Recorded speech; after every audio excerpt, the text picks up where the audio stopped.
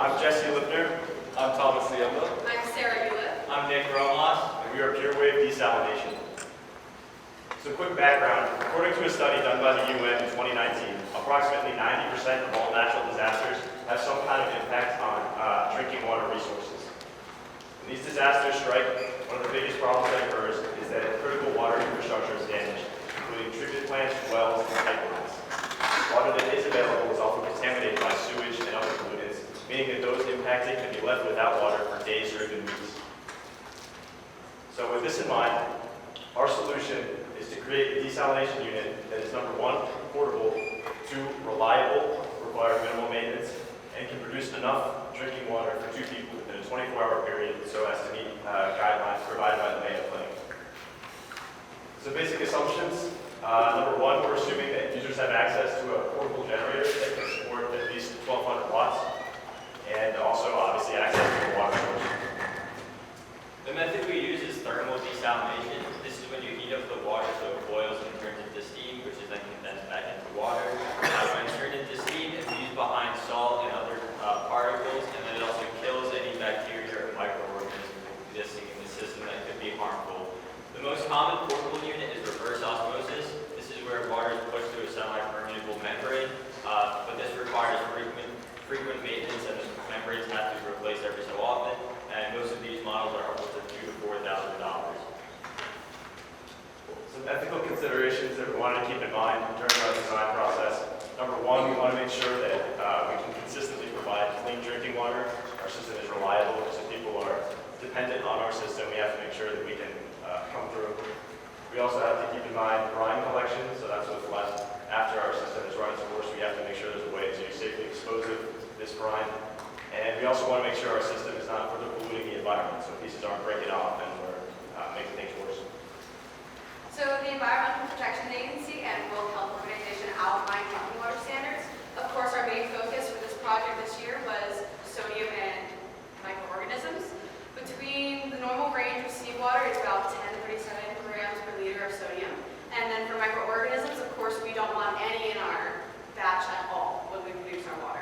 So this is including parasites like Cryptosporidium and Giardia, which can be found in fecal matter, and bacteria like E. coli, which we actually got our hands on to be able to test with our system.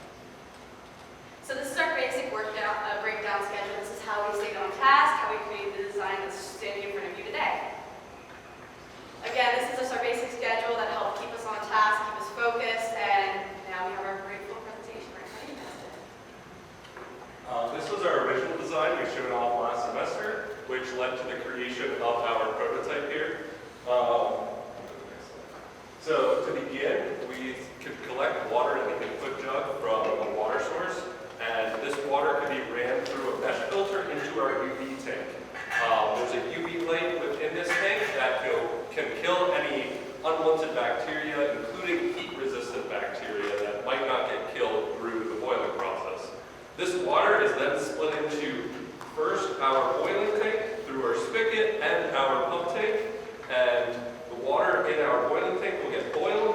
We have an attachment on the top that will come through and run through our condenser, and the pump will run water on the outside of our condenser to recondense steam into liquid water, which will result in clean water within our reservoir tank. So last semester, we planned on creating a very condensed, like being able to take everything apart and make it portable. For the most part, everything can be taken apart into individual pieces. The plastic containers will fit into each other if we take off the nozzle on the top one here. One oversight we ran into when we purchased the pots, they don't fit inside each other, which does limit us a little bit with how we can move stuff around. So here's our mechanical block diagram that just shows our process in block form. It works the same way as I just explained. And some design changes that we have from the first semester is first, we originally planned on using an immersion heater within our boiling tank. We opted out of this due to it just being expensive, with many immersion heaters being in the $200 to $300 range. So we were able to use a hot plate provided by us from the school. A second thing, instead of manufacturing pots, we just purchased pots just because it's a lot easier than taking the time to machine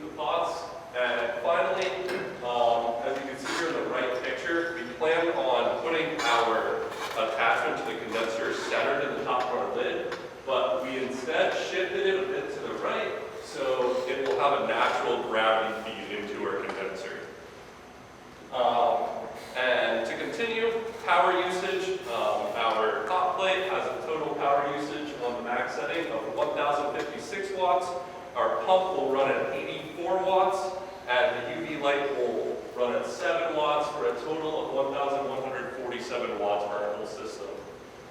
So for our initial test, we wanted to double check that everything was pretty sealed up, there was no leaks of steam or water. During boiling, we actually noticed that because of the way the tilted condenser is, it kind of lifted the side of the lid, so steam was escaping. We also noticed there were some leaks coming in from the pipe connections. So in order to fix this, we added on pipe clamps, and we also added some rubber steel gaskets, and we also added a 1 kilogram weight to the lid, so this way it would evenly redistribute the weight back down and give a better seal. So for our first round of testing, we just ran tap water through our system to get an idea of the yields. We used a 1-to-1 ratio between our boiling tank and our pump tank. We were expecting around a 20 to 30% loss, and we got a 26.1% loss, so we were well within our parameters.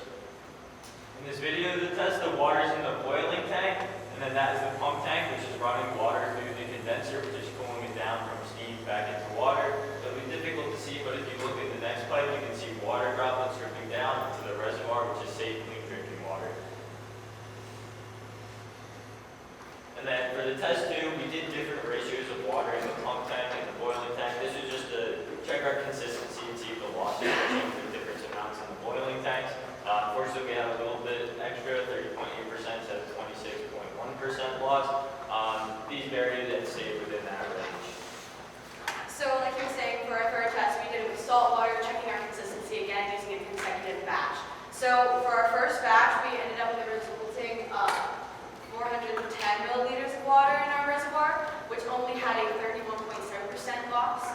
And then after the next batch was filled with the remaining boiling water and 205 milliliters of water, we then boiled, and this resulted in, again, another 420 milliliters, adding to the total reservoir total of 830 milliliters, with only a 23.6% loss. But at least it stayed consistent, and it was about a 0.4 liter add every time. So we wanted to compare this and verify that our system was working properly with some calculations, of course. So the heat absorbed by the pump tank water was about 1,202.1 kilojoules. So that means and equates to about 0.532 liters every time. So ideal, that would be nice, but of course there's always losses. So we accounted for the 20 to 30% losses we were expecting and only got about 0.327 to 0.457 liters, which is where our data lies within the previous two experiments. So this means in total we'll have to boil about 9.75 maximum to account for about 30% loss. For our fourth test, we tried to mimic bacteria within seawater. So we took a liter of water from the Susquehanna, we added 37 grams of salt and 10 milliliters of E. coli. The picture on the left here is a sample of the water before it ran through our system. So you can see there's a large pink ring around the outside showing sediments that were within the water. And you can see the small pink dots here, which each show a colony of bacteria, which is 10 to the 10th CFU per 100 milliliters. The second picture here is a sample that was taken after the water ran through our UV light test. You can see there's no spots for colonies of bacteria, but there's still the blue ring showing there's sediments within the water. And finally, after the water is boiled, we took another sample of our water in our reservoir tank, and the picture on the right shows a very clean sample with no bacteria or sediments within the filter. For our fifth test, we took water from the Chesapeake Bay and added in salt, sand, and grass. The salt and sand is to simulate seawater, and the grass is added to simulate seaweed that could be in the water and get stuck. And as you can see, we put it through the filter, which collected all the grass, meaning any big objects in the water would be left out, which is what we wanted. And then on the right is the leftover water in the boiling tank. We decided to end the boiling early so you can easily pour out water left over in the tank. If you boil the water all the way and leave nothing in the tank, the salt and any dirt can get caked in and it can be hard to remove. And then continuing with the results, in the top left is the initial water under the microscope. So as you can see, there's plenty of debris and particles in it, which wouldn't make me want to drink it. And then below that is final water drops. The left one is zoomed out just so you can see that there's no big particles or anything. And on the right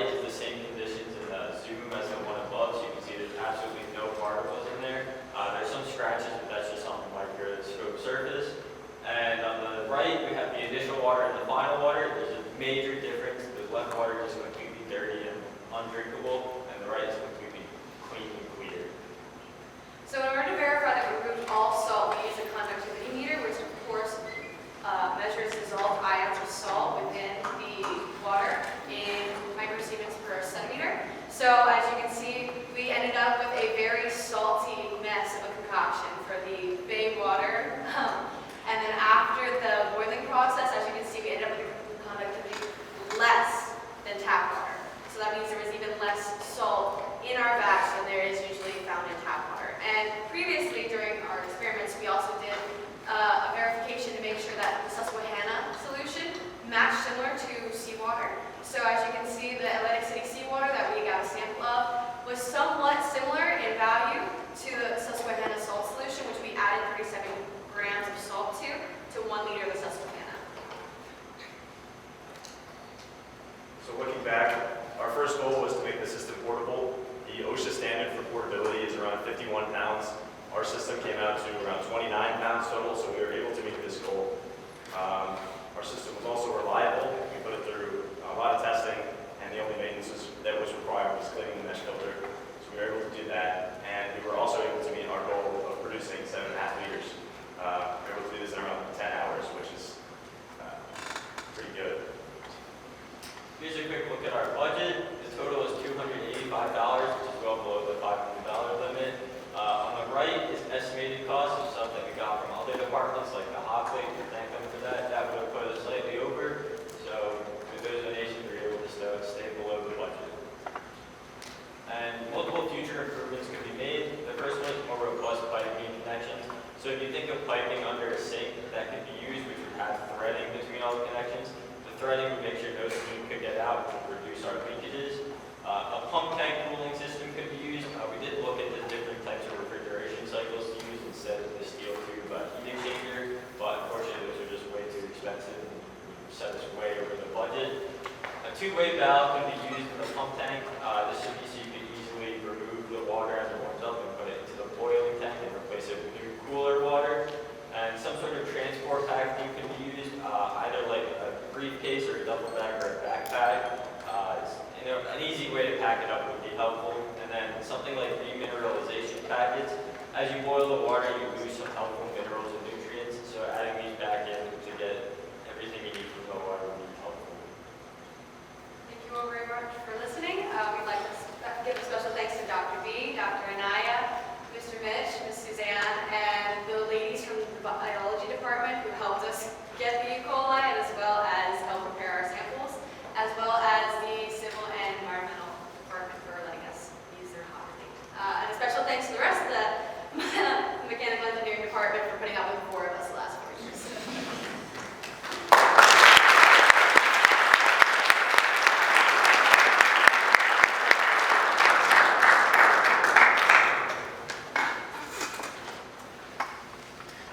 Any questions?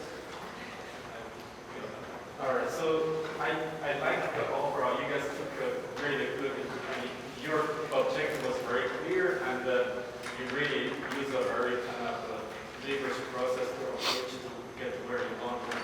Okay? One main comment is this, right? You said how many watts of the entire system? Did you go back to that slide? But before this, I have a lighter question for you guys. Did anybody drink the water? We were trying to get Tommy to do it, but I was Tommy, you should drink be it. It's not 100% safe. Because if you did and you're still okay here, I cannot further prove what you did. If I were you, I'll do if that. we could further verify it just to double check and make sure we're not going to give Tommy some sort of Yeah. bowel movement issue, I would say go for it, but You It's said will be fine. It's a similar because of the process. color and all the microscope, still I didn't estimate. All right. So like my question is it feasible for this to be actually powered by a battery? Do you understand what I'm saying? Because normally when those things happen, you may lose power and kind of defeats the purpose. If this entire system can be powered by a battery and you can prove a reasonable commercial battery bank actually can make the system still function, that would really make it. Yeah, so last semester when we were doing research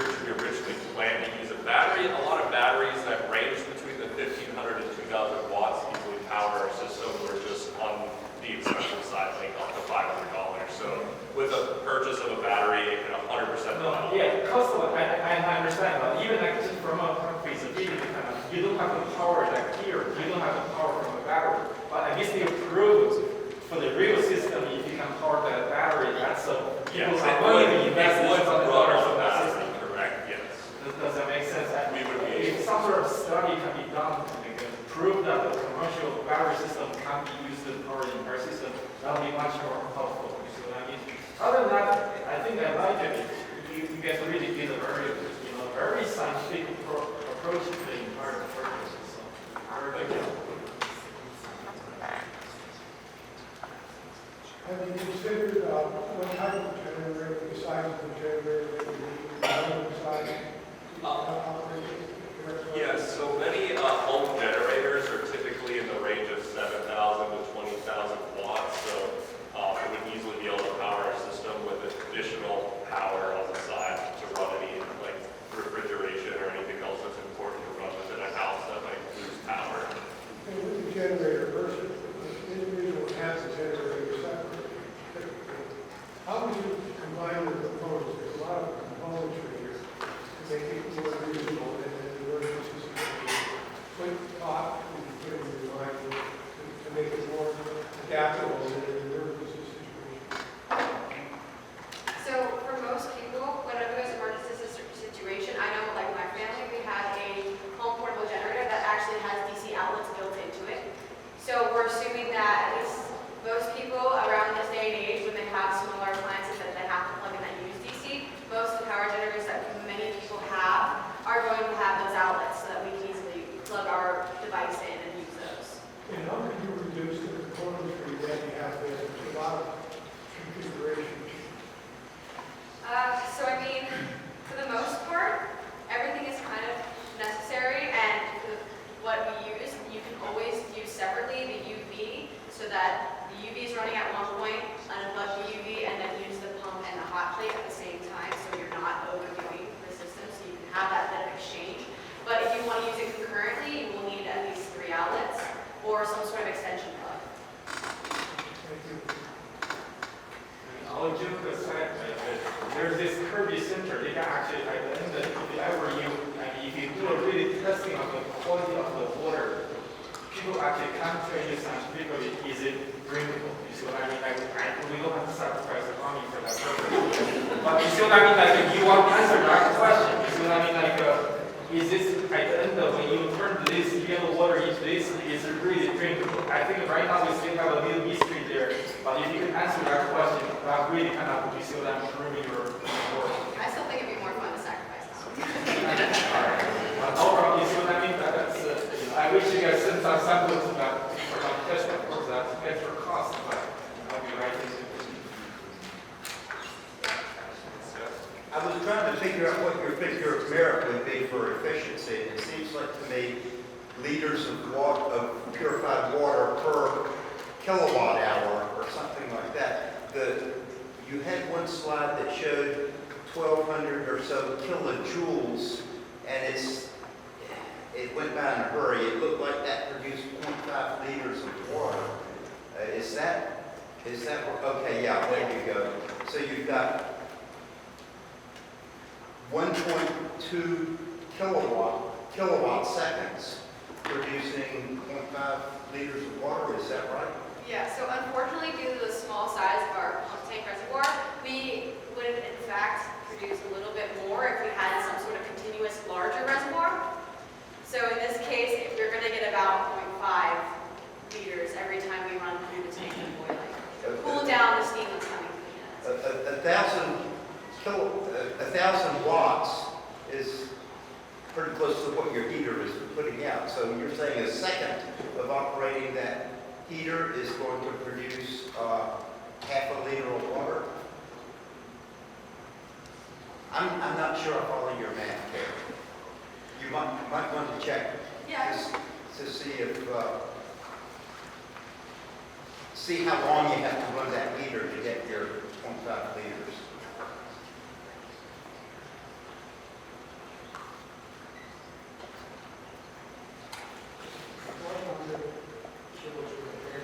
About 660 watts. The heater is about 1,100 watts, so it's 50% efficiency. Half heat is lost. Well,